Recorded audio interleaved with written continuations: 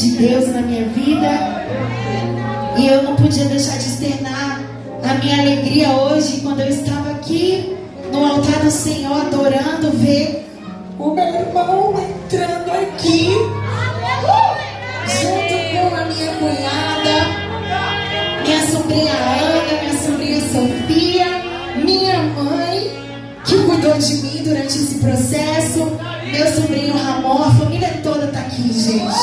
Só não está o meu pai por conta do trabalho, mas eu tenho certeza que ele estaria aqui também. E agradecer aos intercessores que estão na minha retaguarda no dia de hoje, a quem me deu grande força também, meus amigos de coração e a toda a igreja, amém? Eu não podia deixar de fazer esses agradecimentos, irmãos. E vamos fazer a leitura do texto que se encontra no livro de Lucas, no seu capítulo 15. Nós vamos ler a partir do verso 11. E eu queria pedir para os irmãos que, conforme eu for lendo, não feche sua Bíblia, deixe ela aberta, por gentileza, para que nós possamos percorrer alguns versículos aqui desse texto, amém? Aleluia, Jesus. Primeiramente, antes de ler, vamos orar? Fazer uma oração ao Senhor? Feche os teus olhos, curva aí a sua cabeça, coloque a mão sobre o teu coração. Soberano Deus e eterno Pai, sim, Senhor Jesus, eu quero apresentar agora a minha vida diante do teu altar, Senhor. Deus amado, o Senhor sabe que de mim, Senhor, não vai sair nada, mas que do Senhor sai tudo. Sai palavras de vida, de abundância sobre o teu povo. Senhor, eu te peço agora, Senhor, vai paralisando toda distração agora sobre a tua igreja, sobre a tua casa, Senhor. Que eles venham poder compreender, Senhor Jesus, mesmo aqui, sendo um vaso tão pequeno, Senhor, pó e cinza aqui ministrando a tua palavra, mas que eles possam sair daqui com seu coração cheio e entendendo aquilo que o Senhor quer falar através da tua palavra, Senhor. Eu sou grata a Ti por cada vida que está aqui, em nome de Jesus. Amém. Os irmãos acharam? Diga amém.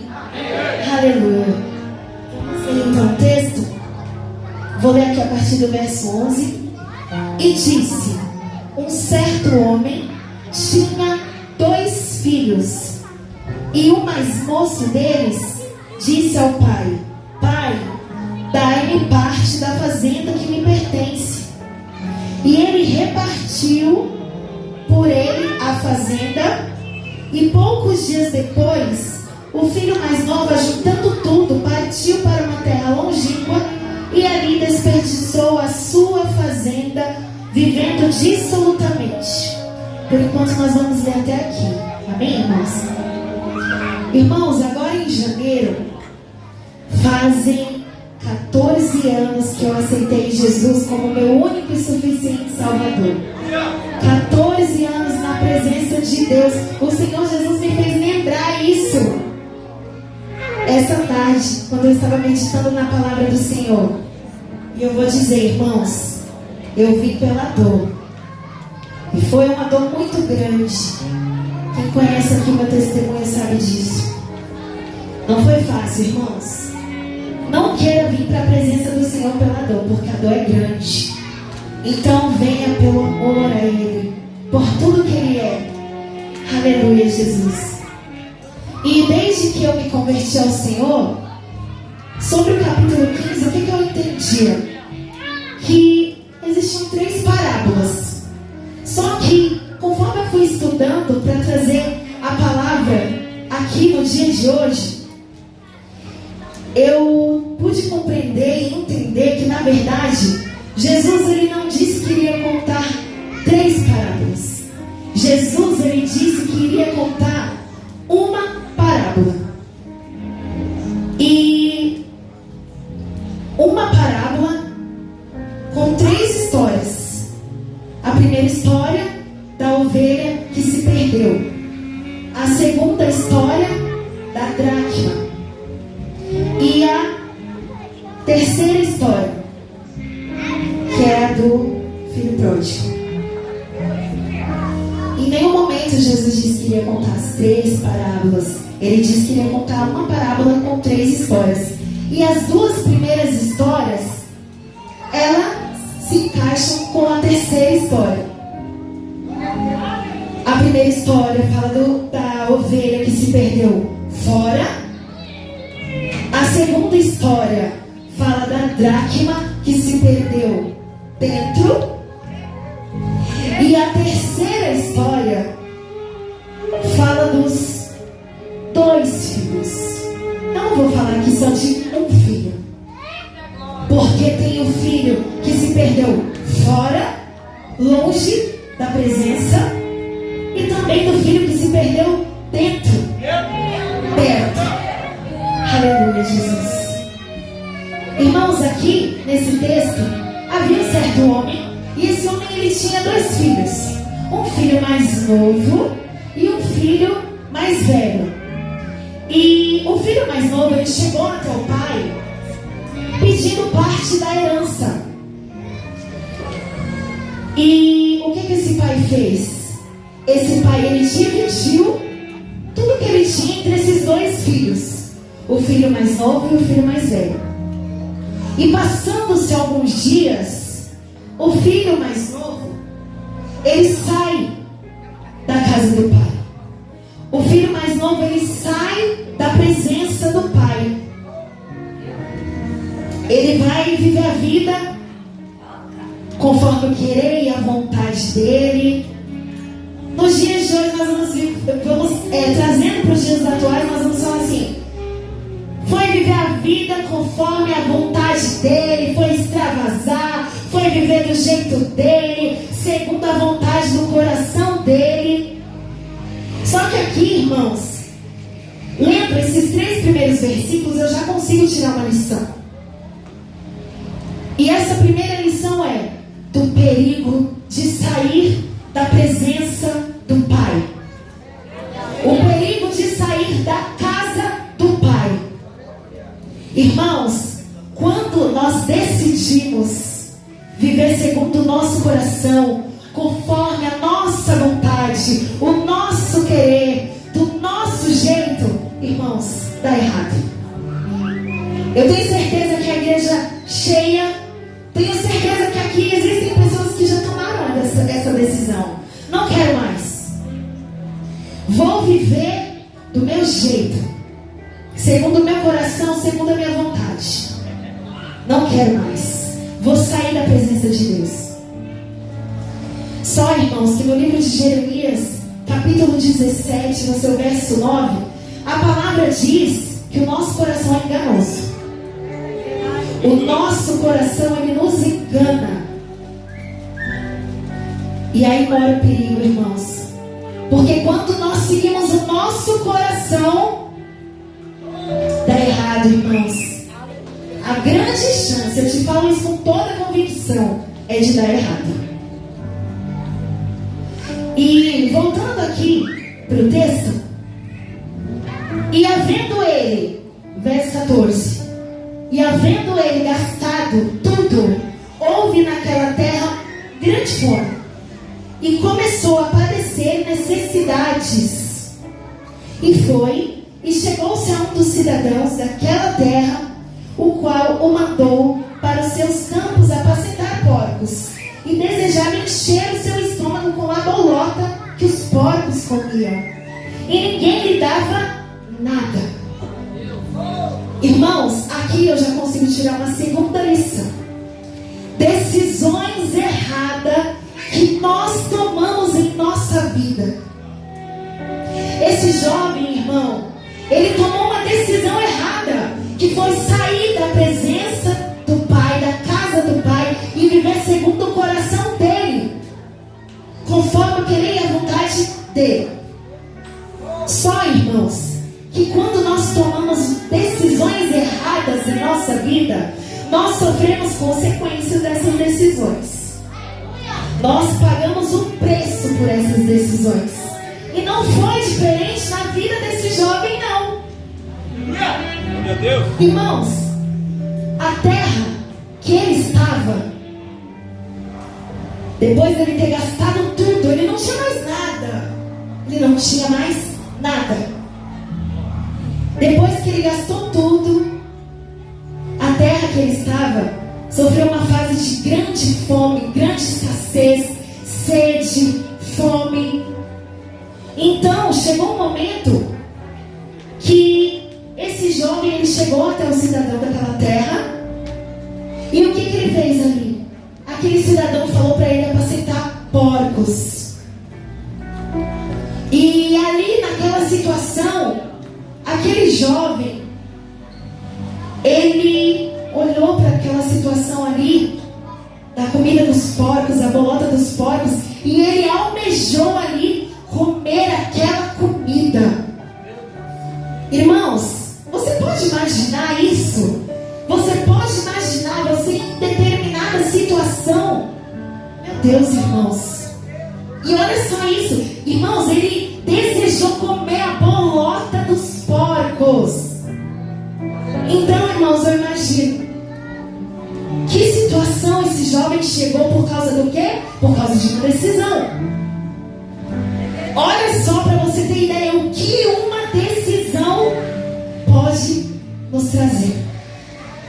De repente, você pode estar falando assim: missionário, essa palavra não é para mim, porque eu não saí da presença de Deus. Essa palavra é para quem saiu da presença de Deus. Mas eu quero te dizer, essa palavra também é para quem está dentro da casa do Pai. Sabe por quê? Porque muitas das vezes nós estamos dentro da casa do Pai, mas a nossa mente e o nosso coração está longe de Deus. Não é assim? Quantas das vezes nós estamos dentro da casa do Pai e a mente está longe, o coração está longe, está almejando coisas da terra, coisas carnais. E isso acontece sim, viu, irmãos? Não é só quem está fora, não. Então, por uma decisão errada desse jovem, ele sofreu essa consequência, passou por necessidades. Aí nós vamos ler aqui o verso 17. E caindo em si disse: quantos trabalhadores de meu pai têm abundância de pão e eu aqui pereço de fome? Levantar-me-ei e irei ter com meu pai, e direi: Pai, pequei contra o céu e perante a ti, já não sou digno de ser chamado de filho, de teu filho. Fazei-me como um dos teus trabalhadores. Irmãos, essa parte me chamou muita atenção. Levantar-me-ei e irei ter com meu pai. Aleluia. E direi: Pai, pequei contra o céu e perante a ti, já não sou digno de ser chamado de teu filho. Fazei-me como um dos teus trabalhadores. Aleluia. Olha isso, irmãos. Aleluia. Essa parte do texto, ela me chamou muita atenção, porque eu consigo ver duas coisas aqui. A primeira coisa, esse jovem, ele se arrependeu. A segunda coisa que eu vejo aqui, esse jovem, ele teve a humildade de reconhecer. Ele teve a humildade de reconhecer. Eu imagino esse jovem ali, naquela cena, vendo aqueles trabalhadores e ele também ali, passando fome e sede, vendo ali, desejando comer aquela bolota de porcos. E aí ele cai em si. Ele se lembra, ele sente saudade da casa do Pai. Aleluia. E aí ele tem a humildade, irmãos, de reconhecer. Então o que ele fala? Que ele não é digno de ser chamado de filho. E ele pediu: fazei-me como um de seus trabalhadores. Olha isso, irmãos, olha o ponto que ele chegou.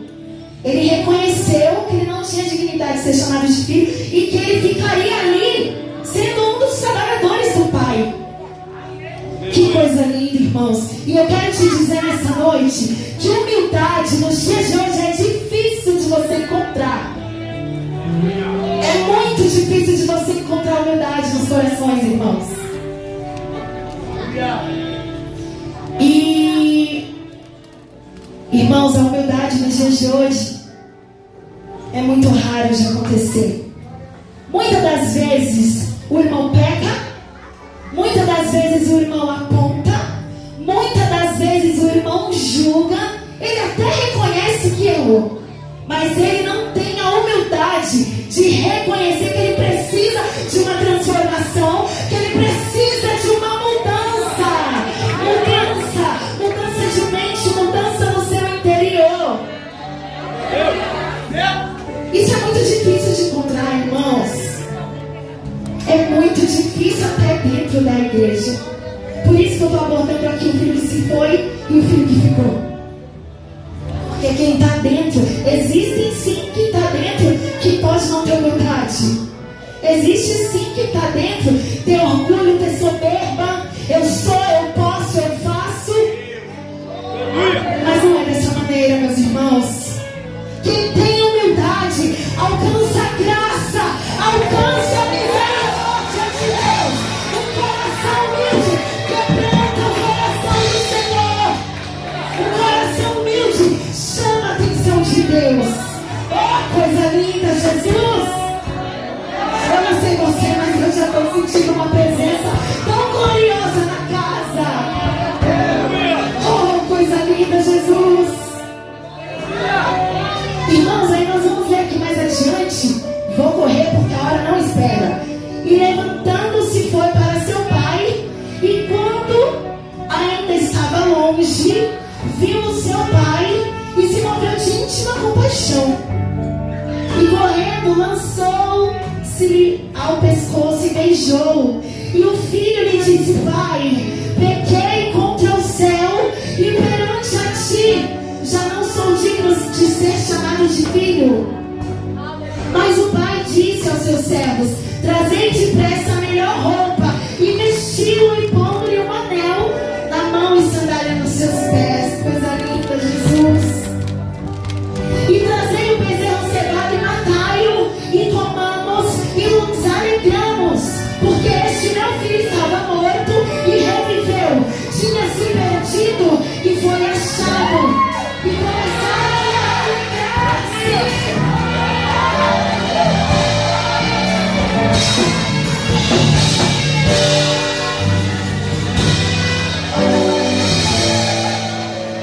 Irmãos, quando eu estava ali na minha casa, que eu li essa parte do texto, irmãos, foi quase impossível não chegar às lágrimas. Porque eu fiquei imaginando aquela cena do pai que estava ali preocupado com seu filho que tinha se perdido, estava longe, a preocupação, ele não sabia nem o que tinha acontecido com o filho. Você que é pai, você que é mãe, você sabe muito bem do que eu estou falando. Não precisa nem ser pai e mãe para entender isso. Aí eu fico imaginando a cena daquele filho voltando e o pai ali de braços abertos para receber aquele filho.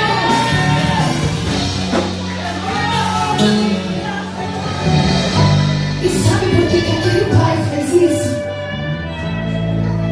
Porque Deus faz isso comigo e com você. Ele te recebe de braços abertos. Ele te recebe com amor de pai. Imagina ali, irmãos, aquele pai vendo aquele filho chegando. Eu posso conjecturar essa cena, aquele filho correndo e o pai ali com os braços abertos para receber ele. E é assim que o pai faz comigo e com você. Ele não te julga, ele te recebe de braços abertos. Ele não olha para o céu e nem para o meu pecado. Sabe por quê? Porque ele é pai. É bem verdade, sim, igreja, que as consequências você irá passar. As consequências do seu pecado, dos seus pensamentos, você vai passar. Porque Deus, ele é amor, mas ele é justiça também. Mas ele não julga o nosso pecado. Ele te recebe de braços abertos. E aí nós vamos ver aqui um pouco mais adiante, só voltando para os irmãos entenderem. Então o pai Ele quer comemorar. O filho voltou. O filho saiu do lamaçal do pecado. Então o pai quer fazer festa para receber o filho dele. Oh, aleluia, Jesus. E aí nós vamos ler aqui a partir do verso 25. Aleluia, Jesus. E o seu filho mais velho estava no campo. E quando veio e chegou perto de casa, ouviu as músicas, ouviu as danças. Então, chamando um dos servos, ele perguntou: o que era aquilo? Ué, o que está acontecendo? Que barulho é esse? Que festa é essa?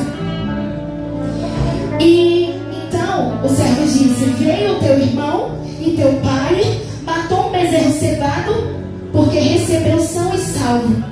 Mas ele se indignou e não queria entrar. E saindo o pai estava com ele. Aleluia, Jesus. E aqui, irmãos, o pai passa por mais um sofrimento. Ele passou o sofrimento de perder o filho quando saiu de casa. E eu posso crer e acreditar que ele também sofreu com o filho que estava dentro. Sabe por quê, irmãos? Aqui eu consigo ver uma grande inveja do filho que ficou. Irmãos, eu pude ver aqui uma grande inveja desse filho que estava lá na casa do pai. Porque, irmãos, ele não se alegrou com a volta do irmão dele. Como assim, igreja? Ele não se alegrou com a volta do irmão dele. Então eu posso crer e acreditar que esse filho que ficou, ele matou o pai, tanto quanto o filho que se foi. Ele matou o pai da mesma forma. Porque como pode, irmão? Olha só como que ele se expressa aqui. Ele se indignou, irmão. Ele se indignou com aquela festa que estava sendo feita para o retorno do irmão. Aí você vai ler aqui mais adiante no verso 29. Mas respondendo ele disse ao pai: eis que te sirvo há tantos anos, sem nunca transgredir o teu mandamento, e nunca me deste um cabrito para me alegrar com os meus amigos. Vindo, porém, este teu filho, que desperdiçou a tua fazenda, tuas meretrizes, mataste um bezerro cevado. Irmãos, tem uma coisa que eu vejo nesse filho que ficou, que é a falta de amor, a falta de compaixão.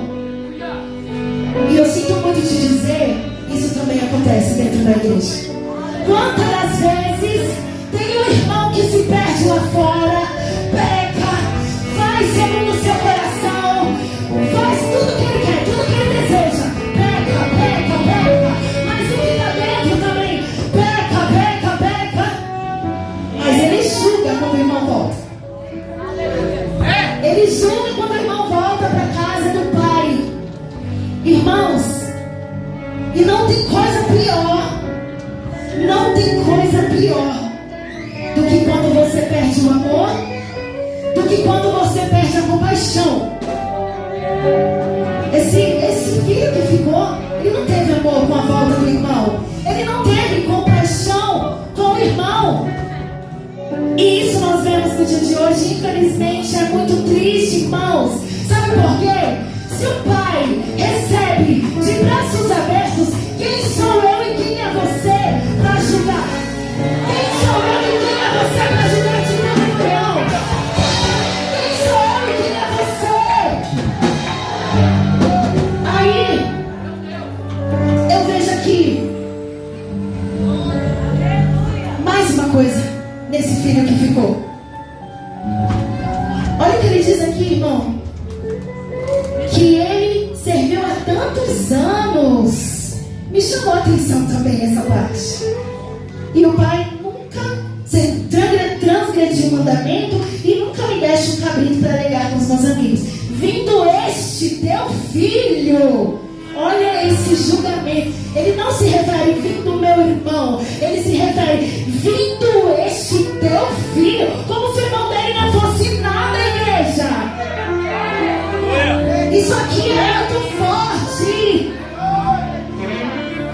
Ou seja, um ponto que eu pude observar aqui é que ele não fazia por amor. O trabalho que ele exercia dentro da casa do pai não era por amor, era por algo em troca. Era por algo em troca. E quantas das vezes nós vemos dentro da casa do pai também pessoas que servem ao Senhor de qualquer maneira, segundo o seu querer, segundo a sua vontade, e estão fazendo por algo em troca. Eu vou fazer aqui porque os pastores estão me vendo. Eu vou fazer ali porque mais pra frente eu posso receber uma lição maior do que essa. Mas eu quero te dizer nessa noite que o Senhor não funciona dessa maneira, querido. O Senhor, Ele não nos vê como o homem vê. Ele nos olha como o Pai amado. Ele nos olha como o Pai querido. E eu, seu filho, sabe por que você está se preocupando tanto com o pecado do teu irmão? Sendo que o Pai nos abraça. Como eu já disse anteriormente, iremos passar pelas consequências do meu e do seu pecado. Porque não é porque eu estou aqui em cima que eu também não tenho pecado. Tenho vários. Mas eu quero te dizer nessa noite, igreja, que se você tiver humildade para reconhecer o teu pecado, você pode ter certeza que você vai alcançar a graça e a misericórdia de Deus. Um coração quebrantado, o Senhor olha com graça. Só não esquece, vai passar pelas consequências. Mas o Pai te recebe sem julgamento. Então quem somos nós? E mais adiante aqui, irmãos, para finalizar, 31 e 32, já estou seguindo. E ele disse: filho, tu sempre estás comigo, e todas as minhas coisas são tuas. Mas era justo alegrar-nos e regozijar-nos, porque o teu irmão estava morto. O teu irmão estava morto, mas ele reviveu. Tinha se perdido.